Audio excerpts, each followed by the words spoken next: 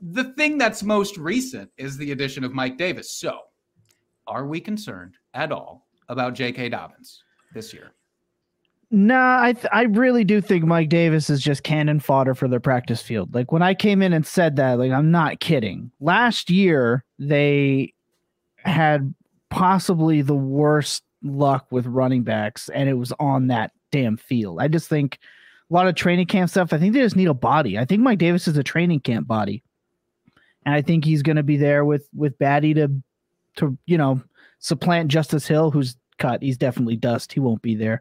And I mean, it's fine. He's a veteran presence, and they'll keep him on there, and he'll get like 3 touches a game. I swear to God, Greg Roman, if you give him more than that, we're going to have words. I'm going to need to use my censor button more often.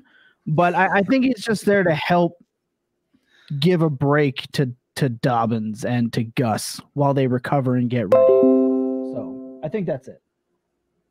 Fair. Okay. Well, I do want to go around the horn. I don't want to talk about J.K. Dobbins so much, as I'm curious if you had to, because this is more fun for me. If you had to ride with Mike Davis or Gus Edwards, let's call it in your flex spot for running back for this year, who would you rather have? Thomas, I want to save you till the end. I assume I know, obviously, based on your response, but Dustin, would you rather have Gus Edwards or would you rather have Mike Davis? Can I pass? That's gross. I want to pass. You may not. You must choose.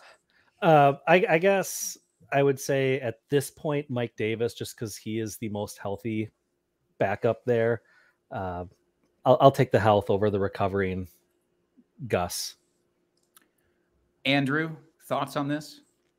Well, I like Gus's nickname better, so I'm tempted to lean that way. I mean, God, Gus Buzz, come on. That's just terrific. I like having that on my bench every week because really that's where either of these guys are going to be. So really, I don't know if it matters. I mean, I'd almost rather have, I guess I'm with your logic too. Like they just signed Davis. Maybe he's got a chip on his shoulder. You know, he had a pretty bad couple of years, even if you want to go back. I mean, there is some value in saying new scenery. Maybe it helps, but Gus has been in that offense longer. So I probably lean Gus, but I see the logic. And again, neither one hopefully is ever seeing my starting lineup. Otherwise, that's a bad week. Herms, if you had to, who are you going with? Well, I mean, they're both bad. So that's not good. It's verifiably not good. It's bad. Hashtag analysis. Nailed it. That was perfectly good. And like at that, like you have to start going through the different tiebreakers to really figure out which bad thing you want. And I'm just going to go with the old Twitter classic of who's got better quads. And at that point, it's very clearly Mike Davis. So, I mean, sure, give me the quads. Fine. Wyatt, are you in on the quad logic there? Well, if you watched a wonderful video put out by the Full Tilt Dynasty podcast last year, you would know that the answer is never Mike Davis. That's right. Wyatt listened and he got himself some smarten the fuck up and he stopped drafting running backs with perceived workloads. That was very smart, Wyatt. I was one of the poor souls in the video. You were. Next one.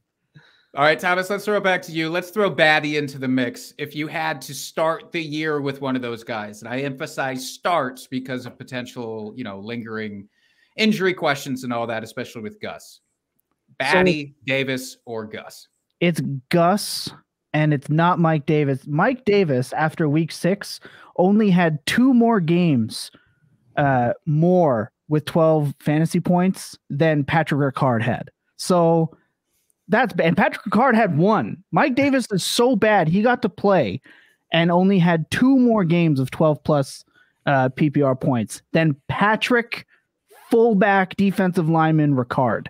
It's not Mike Davis. It's never Mike Davis. Stop with Mike Davis. I would rather bet.